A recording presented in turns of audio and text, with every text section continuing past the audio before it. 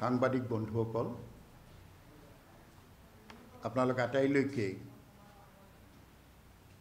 ইংৰাজী নৱবৰ্ষ 2024 আৰু আগন্তুক ভোগালী বিহু উপলক্ষে আমাৰ আন্তৰিক শুভেচ্ছা আৰু শুভকামনা জনালোঁ। নতুন বছৰ লগে লগে মাঘৰ বিহুৰ মেজিৰ জুইকুৰাই সকলোৰে মনলৈ এক প্ৰত্যাশা কঢ়িয়াই আনক। এন্ধাৰৰ বিপৰীতে পোহৰাই তোলক সকলোৰে লগতে সমাজ জীবন। এই শুভকামনা আমাৰ অসমৰ প্ৰতিগৰাকী মানুহৰ বাবে নেদেখাজনৰ ওচৰত প্ৰাৰ্থনা থাকিল। বন্ধুসকল, ইতিমধ্যে আপোনালোকৰ সংবাদ মাধ্যমত চৰ্চিত হৈ থকা মোৰ কংগ্ৰেছ দলৰ শীৰ্ষক বিষয়টোৰ সন্দৰ্ভত মই আপোনালোকৰ আগত মোৰ স্থিতি দাঙি ধৰি অসমৰ সমাজ জীৱনলৈ আশীৰ্বাদ বিচাৰি আজিৰ এই সংবাদ মেলখনৰ আহ্বান কৰিছিলোঁ। 2013 চনৰ 31 জুলাই তাৰিখে প্ৰয়াত মুখ্যমন্ত্ৰী তৰুণ গগৈ ডাঙৰীয়াৰ আহ্বান আৰু উদ্যোগ মৰ্মেই মই অসম গণ পৰিষদ দল ত্যাগ কৰি ভাৰতীয় জাতীয় কংগ্ৰেছ দলত যোগদান কৰিছিল। মই যিদিনাখন যোগদান কৰিছিলোঁ সেইদিনাখন প্ৰদেশ কংগ্ৰেছৰ তদানীন্তন সভাপতি ভুৱনেশ্বৰ কলিতা ডাঙৰীয়াৰ লগতে AICCৰ মিডিয়া বিভাগৰ মুখ্য ৰন্দীপ সিং সূৰ্যেৱালাও উপস্থিত আছিল। যি কাৰণতেই নহওক, সুতৰ বিপৰীতে গৈ এক গণতান্ত্ৰিক পৰিৱেশ বিৰজিত আছে বুলি ভাবিয়েই মই কংগ্ৰেছ দললৈ খোজ দিছিলোঁ। আৰু মই যিদিনাখন যোগদান কৰিছিলোঁ সেই 2013 চনৰ পৰা আজি ৰাতিপুৱা 10 বজালৈকে মই কোনো ধৰণৰ দলৰ ক্ষতিকাৰক কথা কাম কাজৰ সৈতেও মই কোনো প্ৰকাৰে জড়িত হোৱা নাছিলোঁ। দলে মোক যি দায়িত্বই দিছিল মই সেই দায়িত্ব অতি নিষ্ঠা আৰু সততাৰে মোৰ ক্ষমতানুসাৰি পালন কৰিবলৈ মই আপ্ৰাণ চেষ্টা চলাইছিলোঁ। সফলতা বিফলতা সেয়া সুধীজনৰ বাবেই এৰি থলোঁ। সেই সময়তো আমাক একেলগে অসম আন্দোলন কৰা মোৰ সতীৰ্থ বহুত ব্যক্তিয়ে মোক আশ্চৰ্য প্ৰকাশ কৰিও কৈছিল যে আপুনি কংগ্ৰেছ দলত পাৰিব জানো? মই সেইদিনাখন বৰ আত্মবিশ্বাসেৰে কৈছিলোঁ যে কংগ্ৰেছ কৰিলেও নেতৃত্ব থকা মুখ্যমন্ত্ৰী তৰুণ গগৈ ডাঙৰীয়া এগৰাকী জাতীয়তাবাদী মনোভাৱাপন্ন ব্যক্তি। আজি তেওঁ নাই, গতিকে ইয়াতকৈ আৰু অধিক কথা ক'ব লগা নাই। 2013 চনৰ পৰা ৰাজ্যখনত হোৱা 2014, 2016, 2019 আনকি 2021 নিৰ্বাচনৰ বাবেও মই প্ৰাৰ্থিত্ব পৰা বঞ্চিত হৈছিল আৰু শেহতীয়াকৈ মই 2021 চনত তেজপুৰ সদৰ সমষ্টিৰ পৰা প্ৰাৰ্থিত্ব বিচাৰি আবেদন কৰাৰ পিছতো বিমুখ হলোঁ কিন্তু দলটোক মই বিশ্বাসঘাতকতা কৰা নাছিলোঁ তাৰ পিছতে দলৰ শীৰ্ষ নেতাই দিয়া প্ৰতিশ্ৰুতিক মই যথেষ্ট আস্থাৰে লৈছিলোঁ আৰু সেই আস্থাৰে গ্ৰহণ কৰিয়েই মই 21 নিৰ্বাচনত মই এগৰাকী প্ৰচাৰক হিচাপে দলৰ হকে প্ৰচাৰ চলাইছিলোঁ দল সফল হ'ব নোৱাৰিলে সেইটো এটা সুকীয়া অধ্যায় সেয়া আপোনালোকৰ হাতত পৰ্যালোচনাৰ কিন্তু এই দলটোত যোগদান কৰাৰ দিনৰ পৰা প্ৰতিটো নিৰ্বাচনৰ বিশেষকৈ ফলাফলৰ দিনাখন মই ৰাতিপুৱাৰ পৰা ৰাতিলৈকে শেষ মুহূৰ্তটোলৈকে আপোনালোক সংবাদ মাধ্যমক প্ৰত্যেকটো প্ৰশ্নৰ মই আত্মবিশ্বাস সহকাৰে মই উত্তৰ দি গৈছিলোঁ মই দলটোৰ তৃণমূল পৰ্যায়ৰ কৰ্মীসকলৰ মনোবল যাতে হ্ৰাস নহয় তেনে প্ৰয়াস চলাইছিলোঁ বন্ধুসকল ইয়াৰ পিছতো দলে মোক সাধাৰণ সম্পাদক আৰু জ্যেষ্ঠ মুখপাত্ৰৰ যি দায়িত্ব দিছিল আপোনালোকেও মন কৰিছে যে মই প্ৰতিটো টক শ্ব' হোক বা বিভিন্ন বিতৰ্ক হোক আদিত মই দায়িত্ব সহকাৰে পালন কৰিবলৈ চেষ্টা কৰিছিলোঁ যোৱা 8 তাৰিখে হৈ যোৱা ডিমা হাছাওৰ নিৰ্বাচনত মই ডিমা হাছাও জিলা কংগ্ৰেছ কমিটিৰ তত্ত্বাৱধায়ক হিচাপে মই প্ৰায় এমাহ দিন মই হাবিয়ে বননিয়ে ঘূৰি দলে নিৰ্বাচনত অংশগ্ৰহণ কৰাৰ বাবে যিখিনি পৰিৱেশ সৃষ্টি কৰিব লাগে জিলা কংগ্ৰেছ কমিটিৰ সৈতে মিলিজুলি আমি সেই কাম কৰিবলৈ সমৰ্থ হৈছিলোঁ কিন্তু অতি দুৰ্ভাগ্যৰ কথা যে সভাপতি ডাঙৰীয়াই প্ৰচাৰ কাৰ্য চলোৱাৰ বাহিৰে বাকি সৰভাগ জ্যেষ্ঠ নেতাই নিৰ্বাচনটোক লৈ যি ধৰণৰ উদ্বেগ প্ৰকাশ কৰি বা যি ধৰণে জড়িত হ'ব লাগিছিল হোৱা নেদেখিলোঁ আৰু সেহান্তৰত দলৰ দিল্লীৰ নেতাসকলৰ যিটো ভূমিকা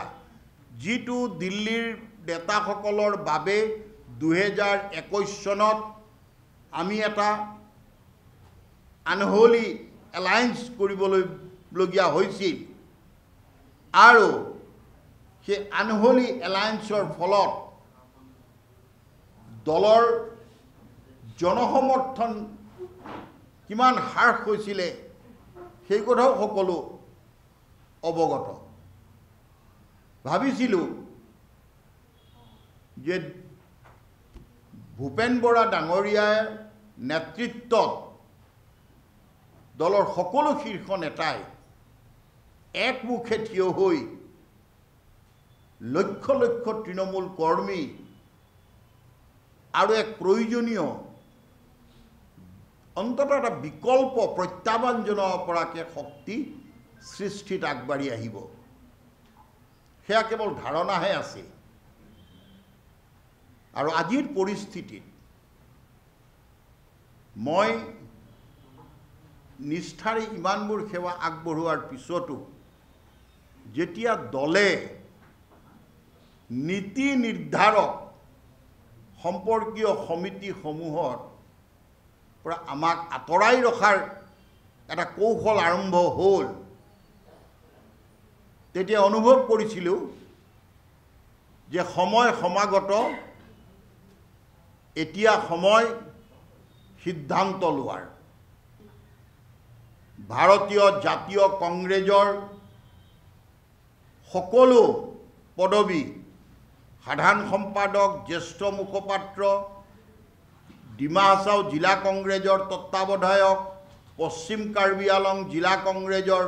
তত্ত্বাৱধায়কৰ যি দায়িত্ব আমাৰ ওপৰত ন্যস্ত কৰা হৈছিল সেই সকলো পদবীৰ লগতে প্ৰাথমিক সদস্যৰ পৰাও মই আনুষ্ঠানিকভাৱে পদত্যাগ পত্ৰ সভাপতি মহোদয়ৰ উদ্দেশ্যে মই লিখিতভাৱে ৰাজীৱ ভৱনলৈ গৈ দাখিল কৰি আহিছোঁ আজিৰ পৰা ভাৰতীয় জাতীয় কংগ্ৰেছৰ সৈতে কোনো ধৰণৰ মোৰ সম্পৰ্ক নাথাকিব মই এই কথাখিনিকে আপোনালোকৰ আগত সকলোৰে জ্ঞাতাৰ্থে জ্ঞাত হোৱাকৈ অৱগত কৰাৰ উদ্দেশ্যেই এই সংবাদমেল সম্বোধন কৰিছোঁ জ্ঞানী লোকে কৈ গৈছে যি স্থানত তোমাৰ কোনো মৰ্যাদা নাথাকে তোমাৰ ওপৰত বিশ্বাস আৰু আস্থা প্ৰকাশ নকৰে সচেতন লোকে সেই স্থান ত্যাগ কৰাটো উচিত বুলি এক প্ৰবাদ আছে মই সেই আপ্ত বাক্যশাৰীকেই সৰুগত কৰি মোৰ আজি প্ৰায় 11 বছৰৰো অধিক কাল ভাৰতীয় জাতীয় কংগ্ৰেছৰ সৈতে থকা সম্পৰ্ক সেট কৰিবলৈ বাধ্য হ'লোঁ অৱশ্যে তৃণমূল পৰ্যায়ত থকা লক্ষ লক্ষ দলৰ কৰ্মীৰ বিগত কেইটা দিনত প্ৰায় এসপ্তাহত আমাৰ প্ৰতি যি মৰম চেনেহ আৰু সহমৰ্মিতা প্ৰকাশ কৰিলে মই সকলোৰে প্ৰতি কৃতজ্ঞতাও প্ৰকাশ কৰিলোঁ এগৰাকী ৰাজনৈতিক কৰ্মী হিচাপে মই জানো যে ইয়াৰ পৰা কংগ্ৰেছ দলৰ একো ক্ষতি নহয় কাৰণ মই দলৰ এজন সাধাৰণ কৰ্মীহে দলৰ বহু অভিজ্ঞ সাংসদসকল আছে বিধায়কসকল আছে প্ৰদেশ কংগ্ৰেছৰ এখন বিয়াগম কাৰ্যনিৰ্বাহক আছে দলৰ মুখপাত্ৰসকল আছে এইসকলে এই বিষয়টোত ইমান চিন্তিত হ'বলগীয়াও নহয় আৰু সেইকাৰণে হয়তো হোৱা নাই কিন্তু দলৰ তৃণমূল পৰ্যায়ৰ কৰ্মী যিসকলক মই বিগত সময়ছোৱাত প্ৰেৰণা যোগাইছিলোঁ সাহস দিছিলোঁ আৰু সেইসকলৰ ওচৰতো ক্ষমা বিচাৰিছোঁ যিসকলক মই অইন দলৰ পৰা আনি কংগ্ৰেছ দলত যোগদান কৰাইছিলোঁ আজি মই নিজে সেই দলৰ পৰা ওলাই যোৱাৰ বিষয়টোত তেওঁলোকে যেন ৰাজনৈতিক বিবেচনাৰে মোৰ প্ৰতি কোনো ধৰণৰ অসন্তুষ্টি নাৰাখে সেই অনুৰোধো এই সুযোগতে জনাই থলোঁ। মই এজন স্পৰ্টছমেন। মই এজন স্পৰ্টছমেনে যিদৰে এখন গ্ৰাউণ্ড এৰিলেও আন এখন গ্ৰাউণ্ডত গৈও খেলে, স্বাভাৱিকতে এজন ৰাজনৈতিক কৰ্মী যেতিয়ালৈকে দেহ মন সকলো সজীৱ আৰু সঠিক হৈ থাকিব, মই ৰাজনৈতিকভাৱেই ক'ৰবাত সেৱা আগবঢ়াব লাগিব আৰু জনসাধাৰণৰ লগত একাত্ম হৈ থাকিব।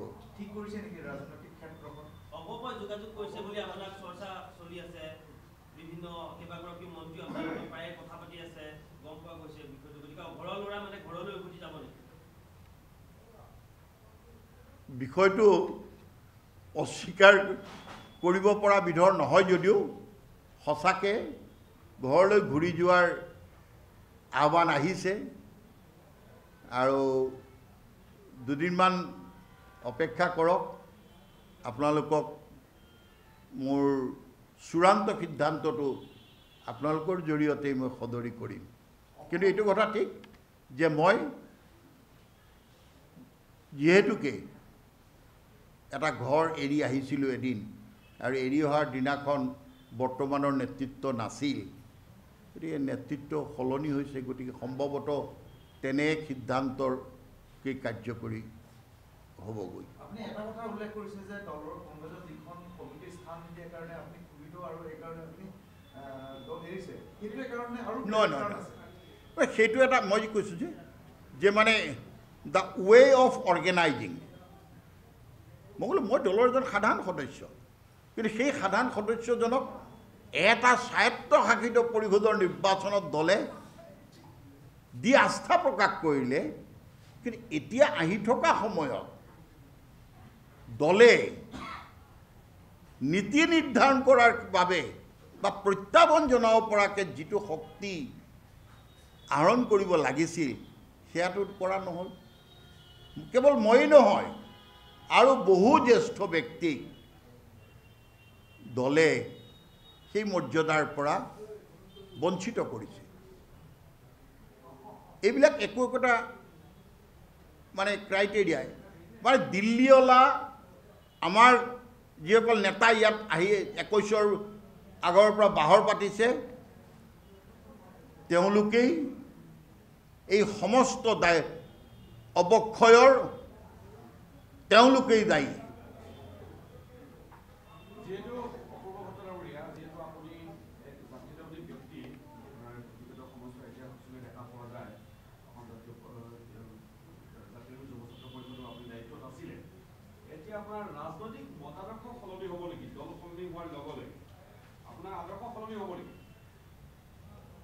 ঘৰৰ ল'ৰা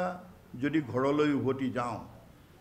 আঞ্চলিকতাবাদী দৃষ্টিভংগী বা জাতীয়তাবাদী ধাৰাই মোক আজি এই অসমৰ মানুহৰ মাজত মোক পৰিচয় দিছে, হয়তো সেয়াই উত্তম হ'ব বুলি বিভিন্নজনেও, কাৰণ মই সকলোৰে মৰম চেনেহ পৰামৰ্শক সন্মান কৰি আহিছোঁ। অৱশ্যে যোৱা সময়ছোৱাত মই সুতৰ বিপৰীতে যোৱা বুলি বহুতে মোক উষ্মা প্ৰকাশ কৰিছিল, কিন্তু কাৰো লগত মোৰ সম্পৰ্ক বিনষ্ট হোৱা নাছিল। মানে এটা কথাৰ পৰা আপোনালোকে উত্তৰটো উলিয়াই লওক, এৰি অহা ঘৰখনৰ বিষয়ে বেছিকৈ ক'বলৈ মন নাই,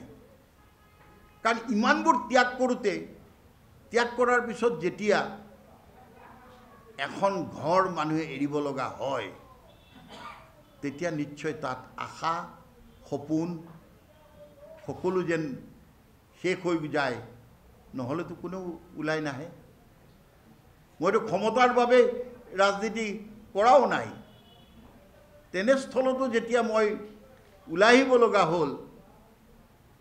ভাবিছে হয়তো যে আমাৰ দৰে সাধাৰণ কৰ্মীৰ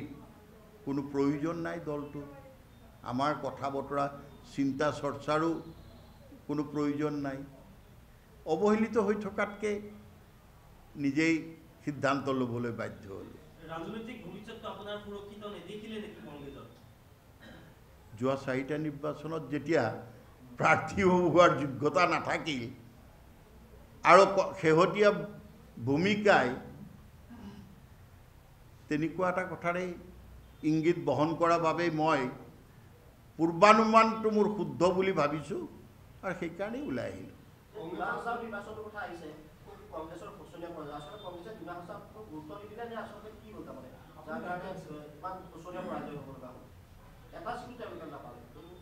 মানে সাধাৰণতে ফলাফলটোত এনেকুৱা ধৰণৰ নিৰ্বাচনত সদায় শাসকীয় দলৰ পক্ষতেই থাকে, সেইটো বাৰু সেইটো এটা পৰম্পৰাও আছে। কিন্তু যিটো কনচাৰ্ণ শ্ব' কৰিব লাগে এটা এষ্টাব্লিছ পলিটিকেল পাৰ্টিয়ে, কাৰণ 1952ত NC Hills কাউন্সিলখন কংগ্ৰেছ দলৰ নেতৃত্বতেই গঠন হৈছিল। আজিৰ নেতাসকলে তাত গৈ বাহৰ পাতি থাকি কৌশল ৰচনা কৰি ক'ত কেনেধৰণৰ যুঁজাৰ বাবে যিটো প্ৰস্তুতি, তেওঁলোকে যেতিয়া শ্ব' নকৰিলে তাৰ পৰা কি অনুভৱ কৰিব পাৰে যে তেওঁলোক কি কাৰণত তেওঁলোকে এৰিলে। আৰু পলিটিকেল এনালাইচিছ বা পলিটিকেল যিটো মানে ভিজন, মই পলিটিকেল ভিজনটো দেখা নাই।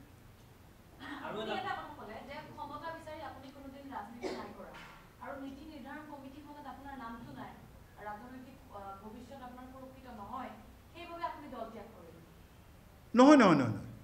যিটো দলক লৈ মানুহে সপোন দেখাৰ কোনো পথ নাই, একো নিবিচৰাকৈ দলটোক 24/7 ছাৰ্ভিচ দিয়াৰ পিছতো দলে মোক কিয় একমোডেট কৰিব নোৱাৰিলে? যোৱাকালি দলত যোগদান কৰাজনে নীতি নিৰ্ধাৰণ কৰিব আৰু অসমৰ সমাজ জীৱনত, অসম আন্দোলনৰ পৰা আমি অসমৰ সমাজ জীৱনত আমি সক্ৰিয় হৈ আছোঁ। অসমবাসী